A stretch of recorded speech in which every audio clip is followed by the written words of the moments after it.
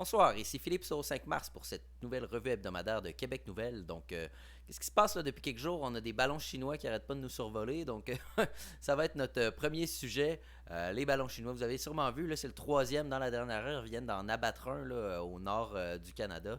Un autre a été abattu proche de l'Alaska. Il était sur le bord de rentrer sur le territoire canadien. L'autre en Atlantique qui a eu le temps de tout traverser l'Amérique du Nord. Donc on va aller voir ça un petit peu. On ne sait pas exactement c'est quoi, mais on peut peut-être spéculer un petit peu ce que ça veut dire sur nos relations avec la Chine. Sinon, on va aller voir Trudeau par le contrôle, donc dans son caucus. Là, il y a un projet de loi sur les langues officielles, et donc ça fout un peu le bordel. Le monde se demande, est-ce qu'il n'est pas en train de perdre un petit peu le contrôle de son gouvernement, de son caucus? Donc on va aller voir ça. Sinon, crise chez QS. Donc déjà QS qui en début de semaine a dû se ranger avec la population québécoise en quelque sorte et condamner la nomination de Amira El Gawabi là, en tant que responsable à la lutte contre l'islamophobie. Déjà que c'est un petit peu à contre nature pour QS et là il se ramasse avec une espèce de scandale là, avec Haroun Bouazi. On va aller voir ça. Sinon, l'aluminium vert, j'aurais pu rajouter emploi. Parce que bon, c'est dans le dossier de l'aluminium vert en l'attribution des blocs d'alimentation par Fitzgibbon. Et qui dit essentiellement que bon, ils perdront leur emploi. Hein. Il dit que la création d'emplois hein, est plus vraiment dans la priorité du gouvernement. On va aller voir qu'est-ce qu'il veut dire par là. Donc, en premier lieu, on va aller voir, c'est ça, les ballons chinois, les fameux ballons chinois. Assez spécial quand même. Assez spécial parce que là, le premier, ça, c'est l'image du premier qu'on voit là. Le premier, je tiens à vous rappeler, il a traversé le continent en entier. Donc, tu sais, les Occidentaux, des fois, on fait mauvaise figure. Là, parce qu'on.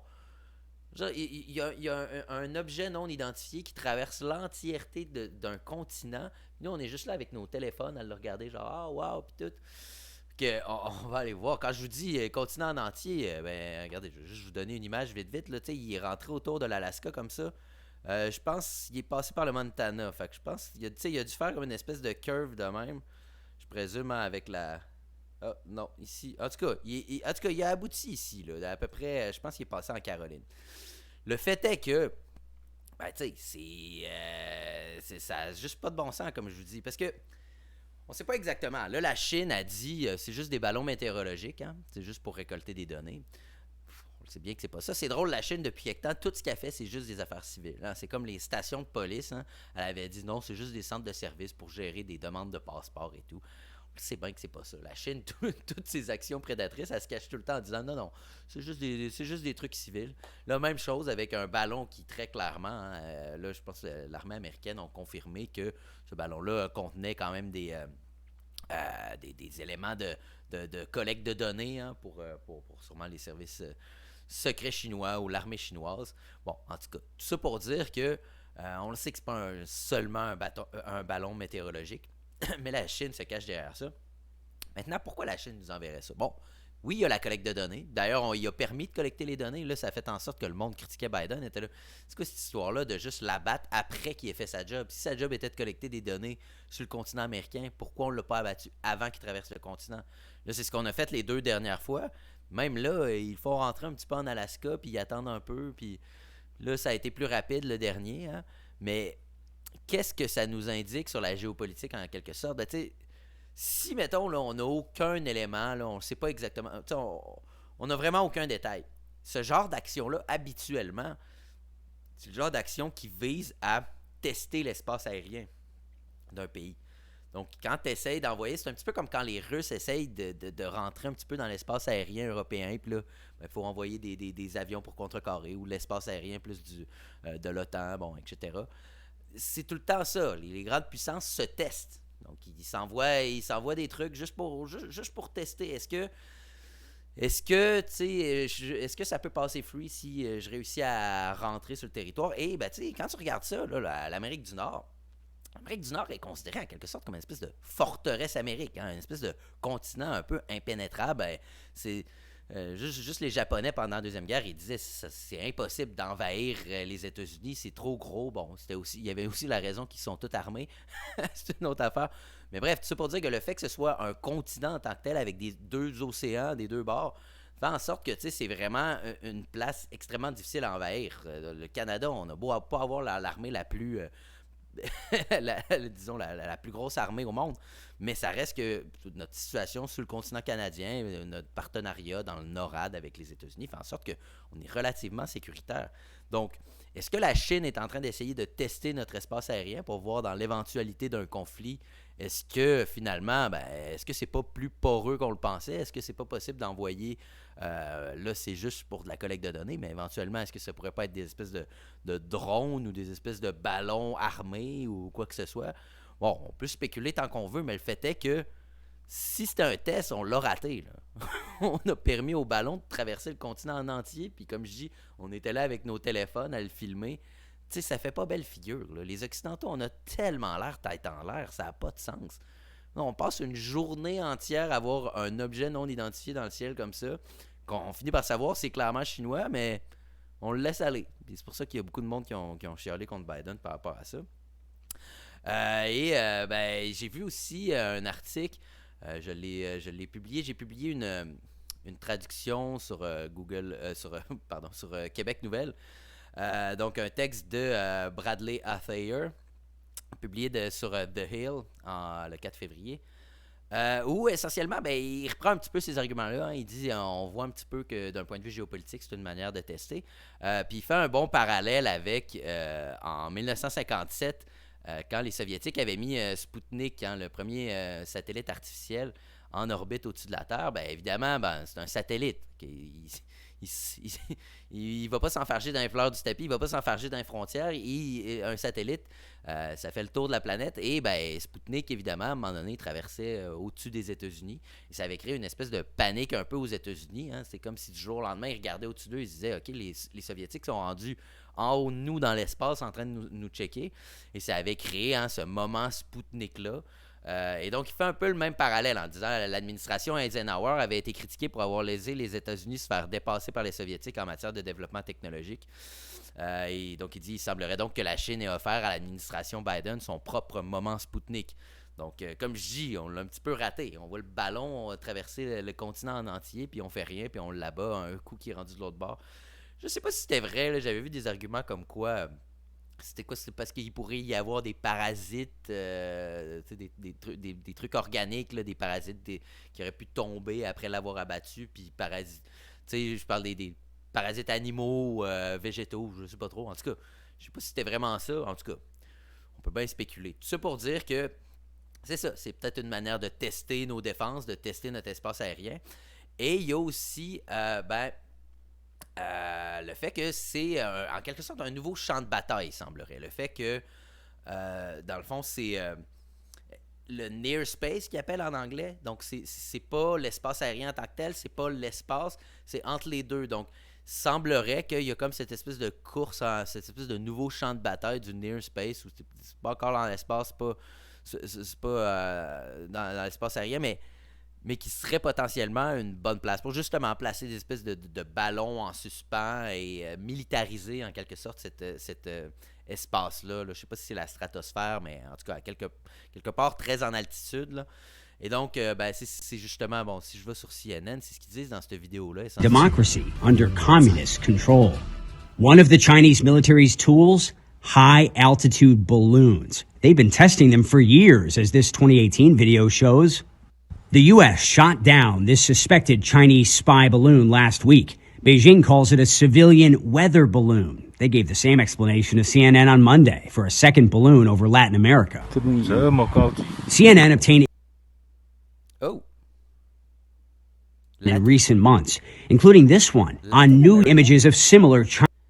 Vous excuserez mon ignorance, mais il y en a eu un aussi en Amérique latine. Je viens juste de l'apprendre sur le coup. Il va falloir que je m'informe un peu plus, mais bon, ça a l'air que ils le font d'une manière massive un peu partout dans le monde. En tout cas, vous m'informerez dans les commentaires si vous avez vu ça passer. Je savais pas qu'il y en avait eu un en Amérique latine. Mais bref, tout ça pour dire que c'est ça. Est-ce que c'est une espèce de nouvelle course, dans le fond, à la conquête de ce nouvel espace aérien? Faudra voir. Tout ça pour dire que c'est ça. C'est un petit peu gênant là, de voir comment on a réagi. Là, on réagit d'une manière plus vite, mais qu'est-ce que la Chine nous réserve? Là? Elle a l'air déjà qu'elle s'ingère dans nos élections d'une manière très, très insidieuse. là, ces provocations-là commencent à s'escalader d'une manière assez intense. Là, avec la guerre en Ukraine, toute la situation, en ce moment, la situation mondiale est vraiment explosive. Là. Ça commence à être extrêmement inquiétant. Donc, en tout cas, on va continuer à regarder ça. Hein, juste un autre point. Ils disent que c'est pas lié avec ça, mais les États-Unis ont fait un test de missile intercontinental. Là. Il a traversé pratiquement tout le Pacifique, 4200 miles, quoi, ça fait 8000 quelques. Donc c'est ça. Ils ont dit, on en a fait genre 300 là, dans les dernières années. C'est pas lié au, aux conditions géopolitiques actuelles, mais en même temps, lancer des missiles intercontinentaux de même dans une situation de même, c'est tout le temps une bonne manière de rappeler à tes ennemis, essaye-toi pas. D'autant plus que, contrairement à la Corée du Nord, les États-Unis peuvent les armer, leurs missiles intercontinentaux. T'sais, ils peuvent mettre une charge nucléaire dedans. Donc, bref, à suivre. À suivre, on dirait que notre relation avec la Chine ne fait que s'empirer. Maintenant, on va aller voir. Donc, Trudeau perd le contrôle. Alors, c'est ça. Je l'ai expliqué vite. Je ne vais pas m'éterniser là-dessus, mais le fait est que, c'est ça. C'est une situation assez particulière. Trudeau, il y a ce projet de loi-là sur les langues officielles. Et dans le projet de loi, il y a beaucoup de références à la Charte de la langue française québécoise. Et donc, des références qui, en quelque sorte, la consolident, la légitimisent. Et là, c'est ce qui fait en sorte que dans son caucus, il y a une couple de ces députés qui sont complètement enragés contre ça et qui disent c'est une manière de légitimer l'usage de la clause dérogatoire par les Québécois, une manière de légitimer les politiques linguistiques, qu'on est complètement contre ça, la loi 96, etc. Et là, ça crée une situation particulière où là, tu as des partis comme le Bloc, le parti, en fait, toute l'opposition, le Bloc, le Parti conservateur et le NPD sont toutes, dans le fond, eux sont pour la loi, puis c'est les membres du caucus de Justin Trudeau qui essayent de saboter la loi. Donc là, tu as comme des partis de l'opposition qui supportent Trudeau en quelque sorte, puis le propre caucus à Trudeau qui, lui, se revire contre lui. Bon, il y a des commentateurs québécois qui disaient que c'était une manière là, de faire ventiler en quelque sorte ces espèces de députés anglophones très, très opposés là, aux lois linguistiques québécoises. Et après, qu'il allait ramener ça d'une manière quelconque, machiavélique, qui disait, ça affecte pas nécessairement ses élections. On peut dire, tu sais, au bout du compte, c'est vrai que Justin Trudeau a fait ça un petit peu aussi, même dans le dossier, admettons, El Gawabi. Il savait clairement qu'il allait se mettre l'entièreté du Québec à dos, mais ça va y concilier Toronto. Fait que, est-ce que Trudeau est plus un mastermind qu'on le pensait? Est-ce qu'il est plus machiavélique qu'on se pensait? Peut-être. Tout ça pour dire qu'en tout cas, ça crée une situation, comme je disais, assez particulière quand tu as toutes les parties de l'opposition qui s'opposent à toi. Et bon, bref, ça fait en sorte que ça fait quand même pas mal de dossiers où Trudeau en arrache un peu. Là. Il y a le dossier avec les Québécois, en tout cas. Il y a le dossier, c'est ça, de la responsable là, de la lutte à l'islamophobie qui a fait un tollé dans la dernière semaine. Il y avait la loi sur les armes à feu qui a rajouté des amendements qui étaient tout à fait inadmissibles. Puis que ça a dû être aussi... ça a été fortement amendé par le Sénat, mais là, c'est renvoyé à la Chambre. Là, ça fait en sorte que les libéraux vont devoir tout revoir ça. Il y avait l'air de dire que les amendements du Sénat ne convenaient pas. Fait en tout cas, ils vont se renvoyer la balle peut-être de même. Et là, tu as cette nouvelle affaire-là. Donc, c'est ça. Ça fait en sorte que Trudeau semble perdre un petit peu le contrôle là, sur ce qui se passe dans son ministère, ce qui n'est pas une mauvaise chose. En tout cas, ça dépend de vos allégeances, mais le fait est que de voir comment Trudeau, tout avec l'épisode pandémique et tout, comment en quelque sorte, il n'a pas l'air d'un autoritaire, mais il tenait quand même en quelque sorte un peu le Canada d'une main de fer. Et là, de voir un petit peu tous ces renversements-là, ça fait du bien, une fois de temps en temps. Donc, encore une fois, à suivre. Maintenant, crise chez QS, une autre crise. Bon, comme je vous disais, encore une fois, c'est ça, c'est drôle quand même, parce qu'en début de semaine, Québec solidaire, il a fallu Québec solidaire, il a fallu qu'il se range du côté des Québécois, en quelque sorte. Je présume que c'est un peu stratégique. Je parle dans le dossier là, de la responsable à la lutte contre l'islamophobie, Amira El Gawabi. La majorité des élites politiques et la majorité du peuple québécois, des commentateurs, etc., s'étaient déjà toutes prononcées pour dire ça n'a pas de bon sens, on veut sa démission, même on veut l'abolition du poste. Et là, tu as Québec solidaire qui sont un peu pognés entre les deux. Ils savent que leurs militants sont pas mal dans cet esprit-là, de mettre en place des gens, des responsables pour la lutte. L'islamophobie est un point que Québec solidaire tient mordicus, tu sais. Et ça fait en sorte que, ben, c'est ça. Là, il savait que la population québécoise était complètement opposée à cette nomination-là, mais Québec solidaire, de s'opposer à cette nomination-là, irait un petit peu contre leur valeur. Donc, j'ai l'impression qu'ils ont attendu un peu, tu sais, que ça se calme. Et là, éventuellement, Gabriel Nadeau-Dubois a affirmé que ça n'avait pas de bon sens. Et tu sais, il s'est donné... C'était quand même une bonne excuse. Il s'est donné l'excuse que... dans le fond, il avait demandé à Amira El-Gawabi d'avoir une rencontre pour parler avec elle de sa vision de la chose. Puis là, vu que l'échéancier, ça arrivait trop vite, elle a dit bah, j'aurais pas vraiment le temps. Et finalement, ben, c'est ça. Vu qu'ils n'ont pas pu se rencontrer, ben là, ça a donné l'excuse à GND. Il a dit ah, ben là, on peut pas vraiment se rencontrer. Fait que ben, je pense que c'est peut-être pas la bonne personne. C'est pas vraiment le meilleur argument pour dire que quelqu'un mérite pas un poste s'il a pas le temps de te rencontrer dans le temps est parti. Là, mais en tout cas. C'était une excuse, je présume, qui lui sauvait un peu la face, hein, de dire que c'est parce qu'elle n'a pas voulu nous rencontrer que finalement, bon, on se réclame contre. Tout ça pour dire que ça crée quand même de la bisbille chez QS, là, parce que là même, je voyais aujourd'hui GND qui disait que QS, fallait qu'il travaille plus en région, fallait qu'il travaille plus avec le reste de la population québécoise. C'est bien beau d'avoir un château fort solidaire, en quelque sorte, à Montréal.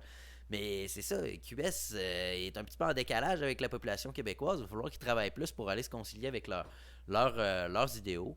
Puis, ben c'est ça. Fait que ça n'a pas vraiment rapport avec, avec la crise dont je voulais parler là, mais c'est un élément qui fait en sorte que, tu sais, au sein de QS, il y a déjà ces tensions-là. Et là, tu as Haroun Boisy, qui est d'ailleurs quelqu'un qui était assez connu dans le milieu hein, des partisans du concept de il y a de l'islamophobie, il faut à tout prix, hein, les Québécois sont islamophobes et tout. Haroun Boisy était très bon là-dedans dans les dernières années, mais bon, là il y a des rôles un peu plus élargis, mais tout ça pour dire que bon, le député de Québec solidaire, Haroun Boisy, il y a un scandale qui est sorti comme quoi il aurait acheté des cartes de membres hein, à des gens pour favoriser son élection, hein, pour qu'ils deviennent membres et qui favorisent son élection.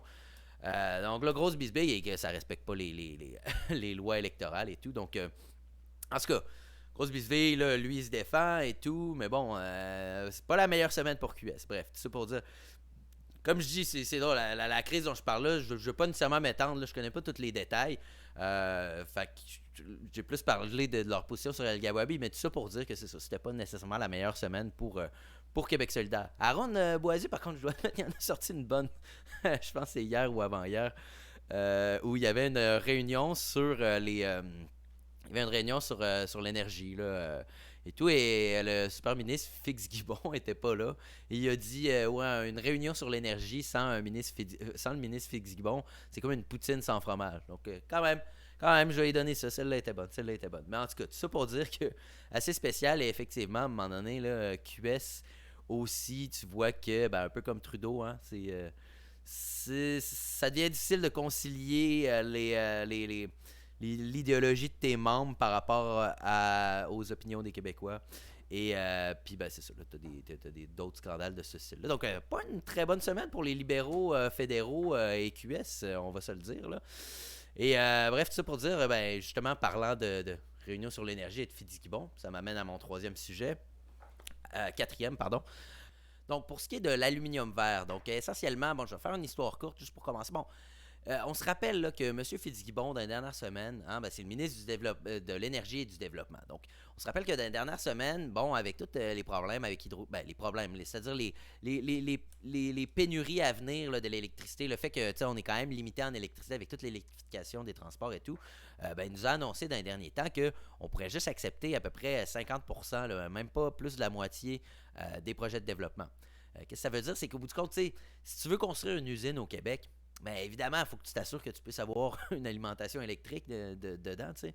Donc, ça fait en sorte que, ben, avant de construire ton usine, il faut justement que tu te fasses approuver par le gouvernement, parce que ça prend tellement beaucoup d'énergie, ça met de la pression sur le réseau. Et donc, ça fait en sorte que vu qu'on est limité en énergie, ben là, il faut choisir c'est quel projet de développement qu'on va prendre. Fait que là, ben, c'est ça. Ça crée une situation où le ministre Fitzgibbon est rendu avec un pouvoir discrétionnaire assez énorme sur le développement du Québec. Puis d'ailleurs, c'est un petit peu scandaleux là, de savoir qu'on va se développer la moitié du potentiel qu'on avait, dans le sens où Il y a plein de monde qui veulent développer des entreprises au Québec, puis on peut juste accepter la moitié de ça. C'est un petit peu plate, tu sais. Mais bon, bref, ça c'est un autre sujet. Tout ça pour dire que par rapport à l'aluminium vert, c'est que là, le gouvernement est en faveur de développer l'aluminium vert. Selon ce que j'ai compris là, en lisant vite là-dessus, je pense que c'est les cathodes ou quoi du style, en tout cas dans le processus comme d'électrolyse et tout.